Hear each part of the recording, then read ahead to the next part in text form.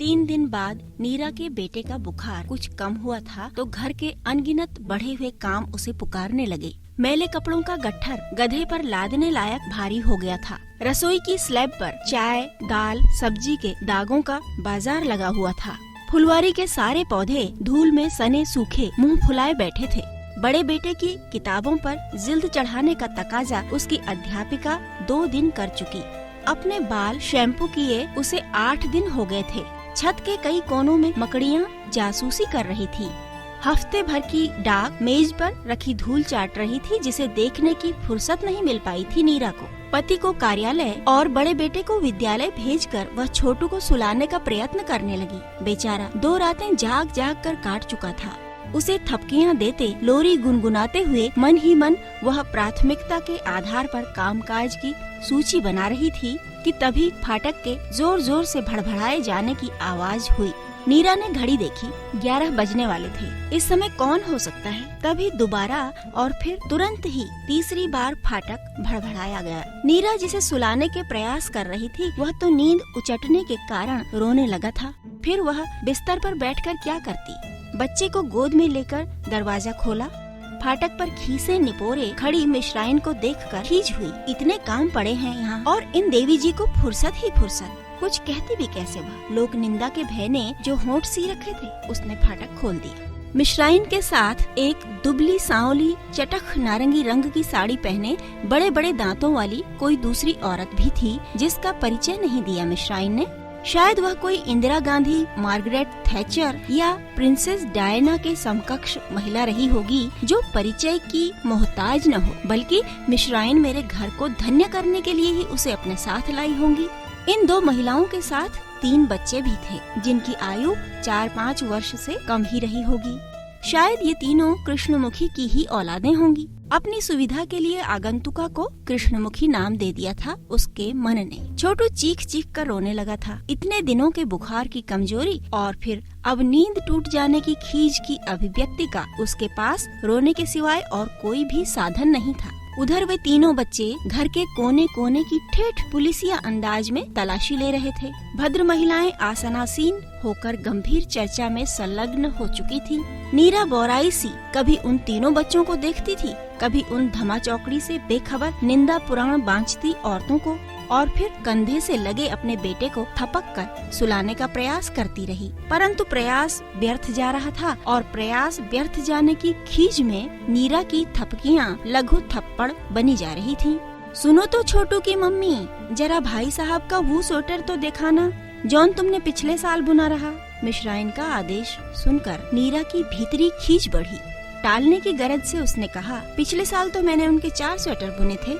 अरे वो वाला दिखाओ, ललका वाला, जौन माँ तुम बड़ा बड़ा फूलन वाली बुनाई डाली रही हो। नीरा ने याद किया, ललका यानी लाल स्वेटर तो उसने कोई नहीं बुना। हाँ, एक कत्थई रंग का स्वेटर बुना था जो एक रिश्तेदार को बहुत पसंद आया और नीरा के पतिदेव ने कलयुगी कर्ण बनकर वह स्वेटर उन्हें दान में दे दिया।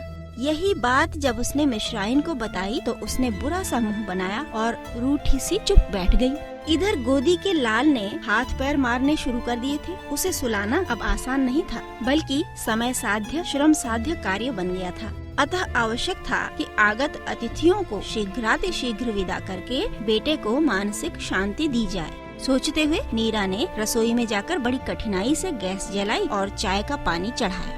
आतिथ्य धर्म का निर्वाह तो करना ही था। वापस बैठक में लौटी तो अतिथि गायब। धक्क से रह गई वह। जी घबराया। स्वेटर दूसरे को दिए जाने की बात सच नहीं लगी होगी तो रूठ कर चल दी क्या? कम से कम नाराज होकर तो नहीं लौटे कोई पड़ोसी। वह आंगन की ओर दौड़ी। हाथ बदस्तूर रोते चीखते बच्चे को कंधे पर अटकाए थपक रहे थे। मिश्राइन आंगन तो क्या, मोहल्ले की सड़क पर भी दूर दूर तक कहीं नजर नहीं आई। फिर कहाँ गईं? तभी शयन कक्ष से मिश्राइन के बतियाने के स्वर सुनाई दिए। नीरा जल्दी जल्दी वहाँ पहुँची तो देखा मिश्राइन सेफ का दरवाजा खोले खड़ी हैं, साथ में सहेली भी। वे अलमारी के खाने गिन रही थीं, लॉकर गिन रही थीं, साड़ियों और दूसरे कपड़ों का निरीक्षण कर रही थीं। नीरा भी वहाँ उपस्थित थी, इसका उन्हें आभास नहीं था, परवाह नहीं थी या फिर कोई महत्व नहीं था उनके लिए उसके होने न होने का। पर वह भौचक थी। खीजी तो पहले भी थी पर अब खौरिया भी रही थी भीतर भीतर। बाहर से चुप। वह चुप थी, पर छोटू गोद में धारा प्रवाह दुख और गुस्सा व्यक्त कर रहा था। शायद माँ के हिस्से की अभिव्यक्ति भी। जानता होगा यह कि माँ कितनी भीरू है, कायर, डरपोक, लोक निंदा के भय को ओढ़ने बिछाने वाली।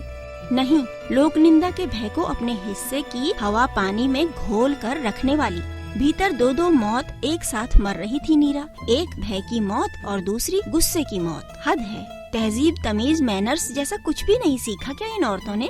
औपचारिक परिचय ही तो है इनसे मेरा, इनसे यानी मिश्राइन से, और वह दूसरी शक्ल से ही चुड़ैल, ताड़का की सगी बहन। उसे तो मैंने देखा ही पहली बार है। जाने कौन होगी, कैसी होगी, जिसका मुझे नाम पता तक नहीं मालूम। वह मेरे बेडरूम में मेरी अलमारी खोले बड़ी देर से एक एक चीज का मुआयना कर रही है और मैं चुप हूँ। नीरा गुस्से से खौल रही थी और चुप थी। उसका नन्हा सा बेटा परेशान था, रो धो रहा था और वह चाय बना रही थी, नाश्ता खोज रही थी, और जब कुछ नहीं मिला तो खुद पर ही बेतरह खींच रही थी और चुप थी।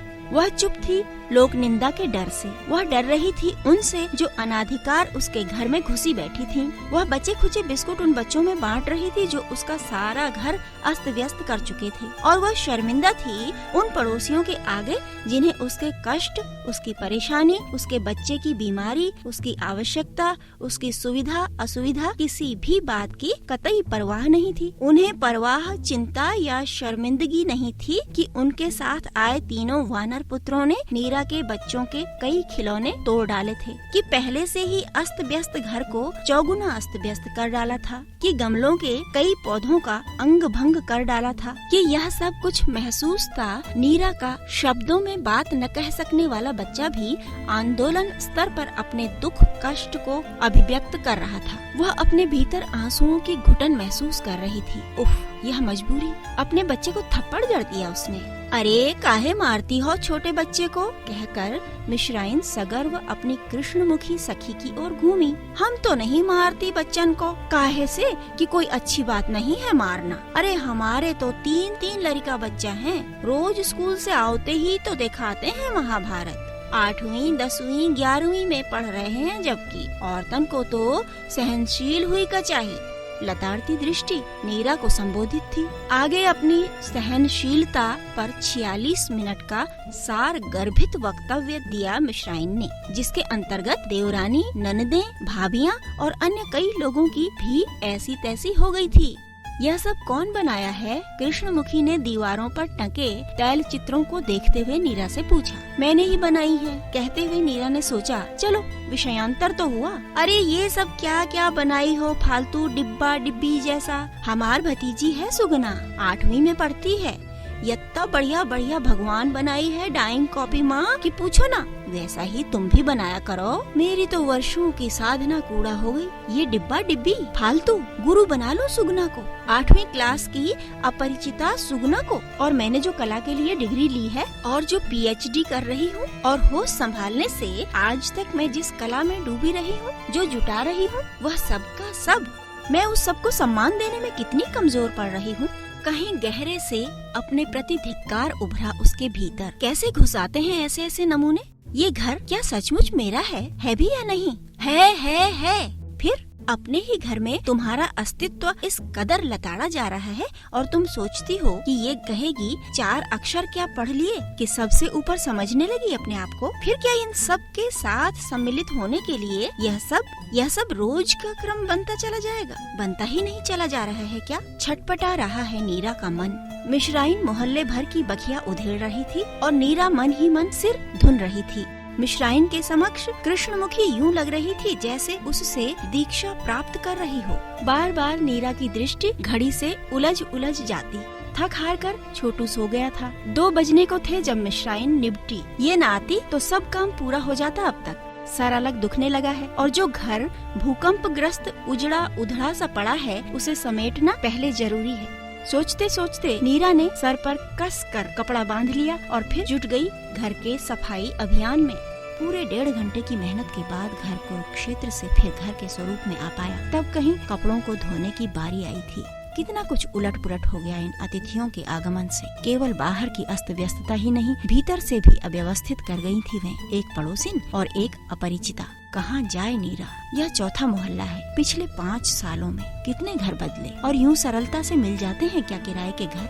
4 महीने की भागदौड़ के बाद कहीं यह अपनी पसंद का मकान मिला। फिर मकान को घर बनाने में भी महीनों लगे। तो क्या अब पड़ोसियों के डर से मकान बदलना पड़ेगा। सिहर उठी नीरा। अब एक नमूना हो तो उससे किसी तरह निपट लो। लेकिन पिछले मकान की मकान मालकिन, उफ, किराएदारों को नौकर समझने वाली वह औरत। छत पे जा रही है तो मेरे भी कपड़े ले आना छोटू की मम्मी, सूखे न हो तो उलट पुलट देना। सब्जी लेने जा रही है छोटू की मम्मी तो 2 किलो प्याज मेरे वास्ते भी लेते आना, पैसे पीछे ले लेना। दूध के लिए जा रही है छोटू की मम्मी, मेरी बाल्टी भी लेती जा। गोद में बच्चा, अपना सामान और साथ में मकान मालकिन का भी। कितने दिन बर्दाश्त होता। मना करने पर सुनाई पड़ा, नहीं होता तो खाली कर दो मकान। बाप का राज समझ रखा है क्या, पलट के ना बोलेगी। मेरे को नहीं रखनी ऐसी औरत। पहले वाली किराएदारी कितनी अच्छी थी, सब्जी काट देती, मेरा पानी भर देती, कितने काम कर देती थी। एक ये फिट्टे मुंह, दूसरे के घर में कैसे रहना चाहिए तमीज ही नहीं इसके। नीरा को मालूम है कि उसकी मानसिक शांति एक बार भंग हुई तो उसे लौटाने में महीनों लग जाएंगे, इसलिए चुपचाप पी जाने में ही अपनी भलाई समझी। उससे पहले वाले मोहल्ले में थे 100 प्रतिबंध। कहीं जाओ तो बता कर जाओ, शाम 8 बजे के बाद घर से न निकलो, वरना वापसी पर मुख्य द्वार बंद। घर में घुसने के लिए कोई रास्ता नहीं। मेहमान ज्यादा क्यों आ रहे हैं, बाल्टी भर गई, नल क्यों खुला है, भगोना भर पानी गिर गया। रात 10 बजे के बाद कोई बत्ती नहीं जलाएगा। साझे गुसल खाने के झंझट अलग और किराए में 1/4 वेतन। उससे पहले वाले घर का आंगन साझा था। उस साझेपन में सुख चुटकी भर और कष्ट अंजुरी भर था। निजता का नामो निशान नहीं। तभी तो दूसरा मकान ढूंढा, दूसरे की असुविधाओं से तंग आकर तीसरा, तीसरे के दबदबे से तंग आकर चौथा मकान जिसमें साझा कुछ न हो पहले की तरह। सब कुछ सेपरेट चाहिए ताकि अपना जीवन अपनी इच्छानुसार जी सकें। मकान मालिक भी साथ न हो ताकि कोई मानसिक दबाव न रहे। दूसरे तीसरे मकानों की तरह महीनों की मेहनत से मकान ढूंढा। फिर गृहस्थी का एक छोटा बड़ा सामान बांधो, बिल्कुल परदेश जाने जैसी अनुभूति। ट्रक बुक कराओ, मजदूर लगाओ, सामान चढ़वाओ उतरवाओ। एक छोटा बड़ा नग देख कर के कुछ खोए नहीं, कुछ टूट फूट न हो। तब भी कुछ न कुछ हर बार खोया, कुछ न कुछ टूट फूट हर बार हुई। भौतिक भी भावनात्मक भी बहुत हुआ अब तक। बस इस मकान को तभी छोड़ेंगे जब शहर से बदली होगी। मकान नहीं, शहर छोड़ेंगे इस बार, जब छोड़ना पड़ेगा। नीरा ने इत्मीनान की सांस ली थी। मकान मालिक पहचान के थे, दूसरे शहर में रहते थे और नीरा को अपना मकान सौंपकर खुश थे। कोई शर्त नहीं, कोई समझौता नहीं। 11 महीने बाद 10% किराया बढ़ाने तक का भी नहीं। कोई लिखित कार्रवाई नहीं, सिर्फ एक विश्वास, विश्व की आस। इतना बड़ा आधार पाने के बाद भी नीरा आकुल व्याकुल हो गई। थोड़े दिनों बाद ही। कैसा अजीब वातावरण है। मनुष्य को समाज तो चाहिए ही, पर इस तरह हावी होने वाले लोग, उनसे बच निकलने के लिए कुछ रीति नीति ढूंढनी बनानी पड़ती होंगी। पर यहाँ तो थोक के भाव दसियों में श्राइन है। नीरा की जान को रोग, आज एक तो कल दूसरी, एक फूटे तो दूसरी टपक पड़े। लिहाजदारी में मरती रहती है नीरा। कुछ कहे भी कैसे। एक तो पलटकर जवाब देने की यूं भी आदत नहीं, फिर सब उम्र में बड़ी पड़ती हैं और शिक्षा में बुद्धि में कम है तो उनसे पंगे लेना सांड को लाल कपड़े दिखाने से कम खतरनाक न होगा। सब कुछ ठीक है, सुकून है नए मकान में, पर ये पड़ोसी ने। नीरा की उलझनें दिन प्रतिदिन बढ़ती ही जाती थी और जब छोटू के बुखार से उत्पन्न हुई परेशानियों में घिरी नीरा को उपेक्षा पूर्ण और अभद्र व्यवहार मिला तो उसकी बेचैनी शिखर पर चढ़कर धरना दे बैठ गई। पूरे 2 दिन यानी 48 घंटे यूं ही गुजरे क्या, उन्हें ठेलते दम निकल गया नीरा का। जाने कैसे इन 48 घंटों में कोई पड़ोसिन नहीं पधारी। इसके लिए किसे धन्यवाद दे नीरा, ईश्वर को, संयोग को, समय को या पड़ोसिनों को।